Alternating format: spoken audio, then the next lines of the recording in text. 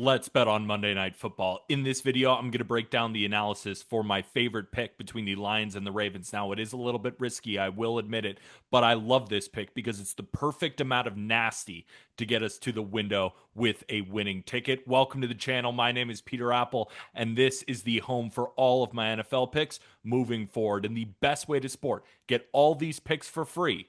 And on Sunday, we did go 3-1. Well, might have gone 4-1, might have gone 3-2, not so sure yet because we're still waiting on Patrick Mahomes under 5.5 rushing attempts. But regardless of that outcome, we won on Sunday. So make sure to smash that like button. Comment down below. What are your thoughts on this pick? What are your favorite picks? And make sure to subscribe again because this is where you'll get all of my picks absolutely free. And you can find all of my picks on BetMGM. Remember, if you're new, use code JustGridiron on BetMGM because if your first pick loses, you'll get it all back in bonus bets up to $1,500. The last time these two teams played was back in 2023, and the Ravens absolutely demolished them 38-6. The Lions had no answer for Lamar and the Ravens' passing attack, but the Ravens certainly had an answer for Jared Goff. Now, I don't expect this game to look like that one, but I do have a feeling it's going to be lower scoring as my brain always wants to gravitate towards an under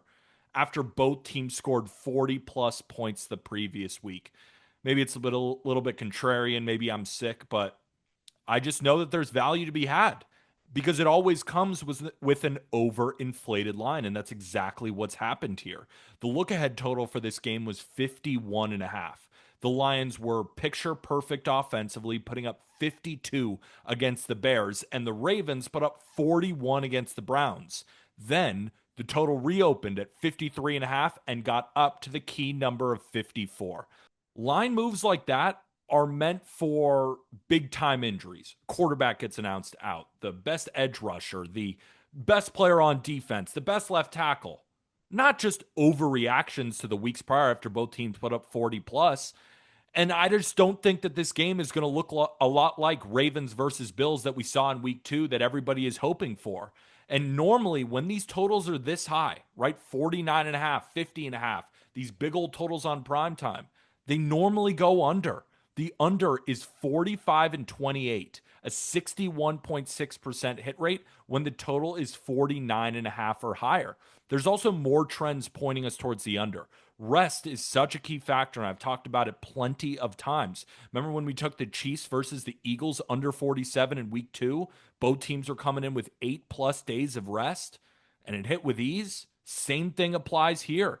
The under is 121 and 69. It's a 63% hit rate. Now, the next trend, normally I don't care about referee trends. I kind of think they're not a cliche. I don't know what the right word to describe them is, but I just don't think that they have that much impact. I think it's kind of circumstance, especially with some referees.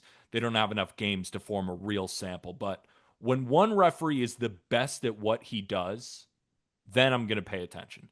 Bill Vinovich, the under king. In his career as the head referee, 99, 71, and 1, a 58% hit rate towards the under.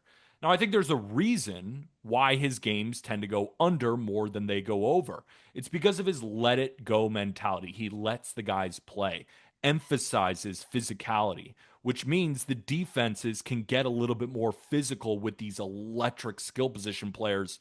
And with the game script combined with the, extra day of rest, I expect both teams to flex their defensive muscles in this game. And we have to remember, both defenses are pretty damn good. Last year, the Ravens finished third in success rate, while the Lions finished eighth. Two top 10 defenses by success rate.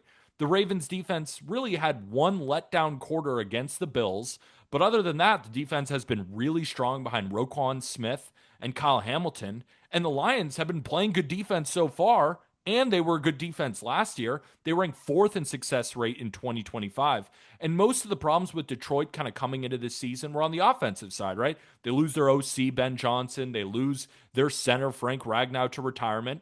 It's still a great defense. Guys are flying around, led by Aiden Hutchinson. And also, both teams are very aggressive on fourth down. We know this. What that does is it lends itself to longer drives and just a lot of high variance plays. With this big of a number, those long drives, if they don't result in 7 points, Those are huge, right? With a total of 54. This is also Jared Goff outdoors, where his passer rating falls from 99 indoors to 89 outdoors. That stark difference was on full display in weeks 1 and weeks 2. We saw what he looked like against the Packers in Lambeau, not great. But then in week 2 at home against the Bears, he was the greatest quarterback of all time. Now, the question is, will the Lions be able to stop Lamar? I don't know. Probably not. I don't know if anybody can. But what I do feel confident in is their ability to stop the run. They held Josh Jacobs of the Packers to 3.5 yards per carry, and they ranked third in rushing EPA against this season. It was a great run stopping unit last year. It's a good one again this year. I think they're going to make Derrick Henry's life tough. So, with Jared Goff kind of struggling outdoors against a good Ravens defense with rest, and with the Lions' ability to stop the run, it's going to be all in Lamar. Now, if Lamar throws for 450 yards and 4 touchdowns and does his Lamar stuff, I tip my cap, but I think there are many more opportunities for this under to hit rather than the over. I make the total 51.5, so I was in line with the opener. But after this massive overreaction, we have to buy it back down, right? And I would take it all the way down to 53.5 because as long as I show at least 2 points of value, that warrants a play for me. So not much for me on the side, but the total I'm really liking. Give me the under 54 to win 1 unit on BetMGM. I love this play. What do you guys think? It's nasty. Now, we could be thinking at the end of the third quarter that it's all right, Peter, this one was 34-30 and it's going towards 70 points. Not the greatest play in the world.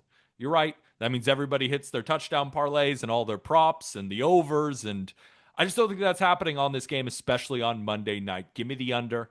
And if you enjoyed this breakdown, again, the best way to support, hit the like button, comment down below what you think of this pick, as well as your favorite picks for Monday Night Football, and subscribe. Hopefully we're heating up here. Hopefully Patrick Mahomes stays under 5.5 rushing attempts so we can go on a little 4-1 run and hopefully win this one and go on a 5-1 run. Why not us? But we do have to remember, it's not gambling advice.